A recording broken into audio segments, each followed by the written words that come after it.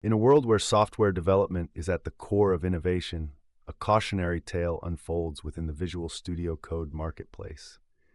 Israeli researchers uncovered a chilling reality: over 100 organizations compromised by seemingly harmless extensions.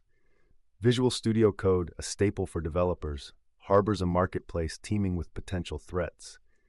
The allure of the Dracula official theme, with its sleek design and millions of installs, became a breeding ground for deception. Meet Darkula, a wolf in sheep's clothing, lurking within the marketplace. Its innocent facade belies a sinister purpose: to harvest sensitive system data under the guise of legitimacy.